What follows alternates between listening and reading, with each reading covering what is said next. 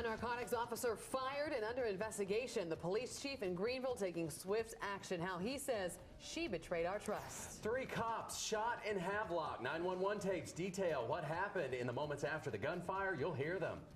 A video account of a stabbing at J.H. Rose High School, why prosecutors are sure the teenager was trying to kill a fellow student. And snow is on the way. Storm Team 9 has the latest model showing what we will get. Your news at 6 starts right now. This is 9 on your side at 6. Good evening, everyone. I'm Amanda Goodman. And I'm Jeff Arner. Thanks so much for inviting us in tonight. Our top story this evening, snow, Storm Team 9 tracking the timing and the accumulation. Yeah, again, Chief Meteorologist David Sawyer is in the forecast center. And David, let's get right to it. What can we expect this weekend? Amanda and Jeff, this will be a weekend event. We've talked about the cold air coming, and the moisture is now on the increase per our latest forecast information. Here's the very latest with Live Viper 9. You'll note that we have the system leading edge of Arctic air moving across the mountains, the Appalachian chain right now getting rain showers, but some changing over to snow. Now, we're not going to have any problems in terms of frozen precipitation tonight, or for that matter into the first part of Saturday. Here is your precision forecast model from Storm Team 9. Note, no snow, no accumulation through the first part of the day. I'm purposefully stopping the clock at around 1 o'clock in the afternoon. Nothing going on. Maybe a few sprinkles of rain, liquid rain. But here comes the cold air late into the afternoon and evening. Now, I do want to point this out. My colleague Patrick Ellis and I discussing this fact along with Gannon and Quaylen. We're all putting, of course, all resources together for you. This is our latest precision forecast model showing possibly 1 to 3 inches of snow, what we'll call the sweet spot, right across the central portions of the 9 on your side viewing area from Kinston to Greenville to Williamston to Washington County communities like Plymouth and up toward Edenton. But I do want to point this out. If it rains long enough, which it's going to do that first off during the afternoon hours, a lot of this forecast model is talking about falling snow. It's not taking into account the fact that wet roadways and wet grounds may melt some of this. So we will keep you updated. Much more to tell you about this system, but I'm going to leave you with a beautiful sight on a Friday evening. This is Atlantic Beach, Live I-9 showing you a very tranquil evening. Enjoy your nice evening, but we'll have much more on this weekend storm system coming up in just a few minutes. Lovely picture indeed. David, thank you very much. A police officer fired, and the State Bureau of Investigation is looking into what's being called a serious policy violation. Former Greenville narcotics detective Rose Edmonds is no longer with the force. It's part of a developing story. 9 on your side's Alex Friedman's been on today. He's joining us live now from the Greenville Police Department. Alex, what can you tell us? Jeff, Chief Aiden is calling it criminal misconduct, but more than anything, he says it's a violation of the public's trust, a tarnishing of the badge, and something he says he's not going to stand for. Most mistakes are genuine and involve people trying to do the right thing. This situation that we're dealing with today is different. It involves a willful act that betrays the public's trust. Greenville Police Chief Hassan Aiden called the act by former narcotics detective Rose Edmonds a serious policy violation and criminal misconduct. The allegations come after both Chief Aiden and former Pitt County District Attorney Clark Everett called for a probe back in December into actions taken by Edmonds during her investigations. Yesterday, I made the decision to terminate the employee as I concluded the internal affairs investigation. But the State Bureau of Investigation is still looking into the case. During Friday's press conference, Chief Aiden would not comment on whether this could jeopardize past cases investigated. We asked what's being done to prevent this in the future. Mechanisms have been put in place so that I am keenly aware of every investigation at every step, and I sign off on everything after I review it. No charges have been filed against Edmonds, but Chief Aiden confirms one violation has been committed. He says it's the violation of the public's trust.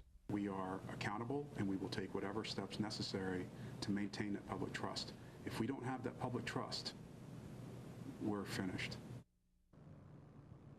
Now, Chief Aiden met with the entire Greenville Police Department yesterday. That's more than 200 officers to explain exactly what's happening during this situation. He says events like these hurt the public, but it hits the police department even harder. Now, he wouldn't say during the press conference today exactly how long the SBI investigation will last, but not on your side, or excuse me, the SBI investigation will last, but not on your side. We'll continue this investigation as it continues to develop. Live in Greenville, Alex Friedman, 9 on your side. A Craven County man could face 21 years in prison if convicted shooting 3 police officers. He's accused of doing just that. 9 on Your Side has a copy of the 911 call that led those officers to the home. Madeline Wright talked to the woman who called police, and she is defending the accused shooter. Hunched over, the man accused of shooting 3 Havelock police officers ambles into court, shaking his head, saying that he does not understand the charges against him. 60-year-old Richard Berry faces 3 felony assault charges for opening fire on law enforcement at his house. It was a very dangerous and volatile situation. A situation that started on Valentine's Day with a 911 call from Berry's longtime girlfriend, Bobby, who lived with him at 407 Webb Boulevard. Okay, are you home alone with him at this time? Yes, I am. Her voice quivering, Bobby says she heard a shot fired from Berry's room after he fell out of bed. He told me that he wouldn't put the gun down. I said, please put the gun down and I'll come in the room and help you get up back in the bed. But police say Berry didn't put the gun down. After a confrontation, Lieutenant Brian Borton, Sergeant James Fonstock, and Officer Lauren Boone were sent to the hospital with shots to their hand. I believe the officers entered the house and the room thinking that they were trying to help someone who they thought had attempted suicide, and it turned out to be a different situation. This woman wrapped in a blanket outside the crime scene is the suspect's girlfriend. She says she's been in a relationship with Berry for 15 years and that he's been sick since October of last year. She says this is not normal behavior for him. The district attorney says Berry has been expressing suicidal and homicidal thoughts in jail. Because of that and his medical conditions, he'll be moved to a facility in Raleigh for safekeeping. In New Bern, Madeline Wright, 9 on Your Side.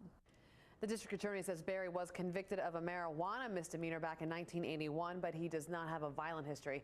Berry is now in jail under a $1 million secured bond. Now, we are getting breaking news into the 9 on Your Side newsroom.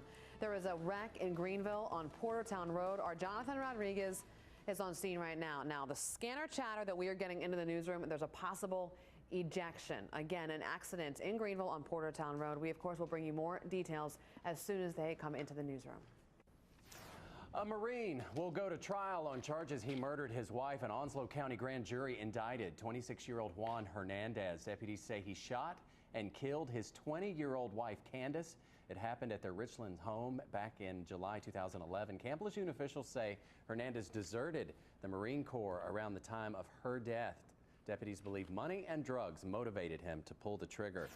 A former Camp Lejeune employee will spend 9 years in prison for watching child pornography. A judge sentenced 39-year-old Shane Green in a Greenville courtroom today. Green worked for the base as a civilian firefighter. Surveillance video is giving us a deeper look into exactly what happened in that hallway at J.H. Rose High School on Monday. That's when police say a teenager stabbed a classmate with a 12-inch butcher knife. 9 on Your Side's Katie Banks has been all over the story since it broke.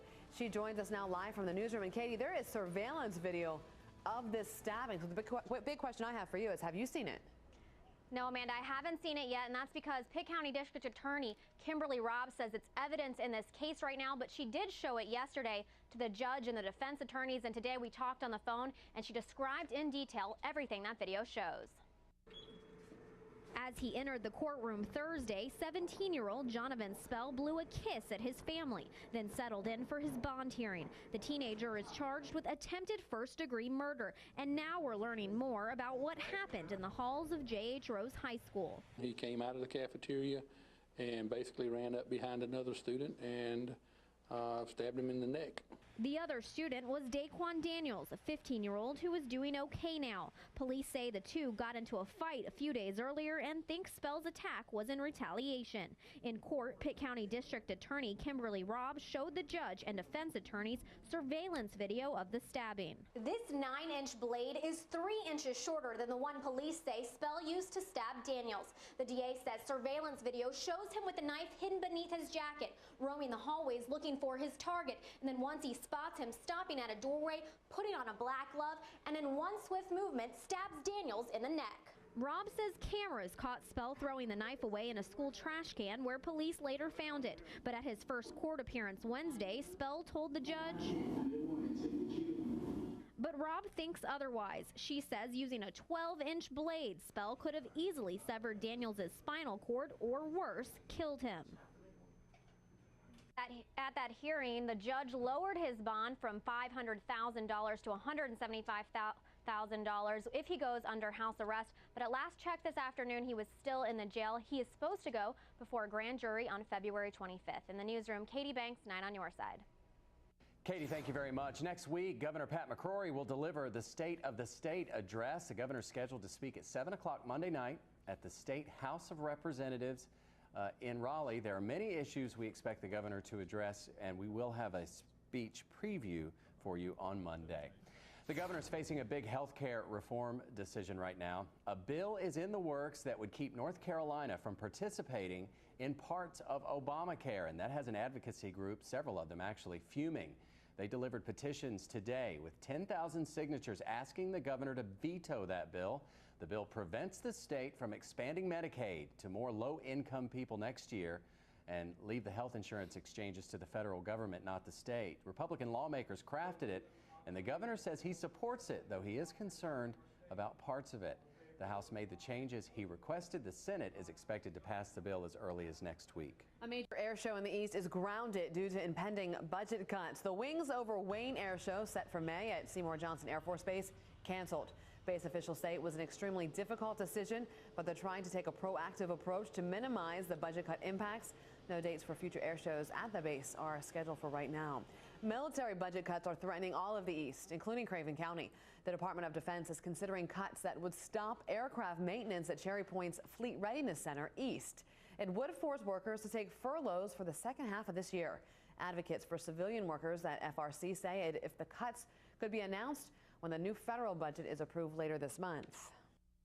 We'll have a federal budget that will essentially end sometime in March. So we're looking at a potential across-the-board cut at the air station and the depot of 10 to 12% in their workload and their wages.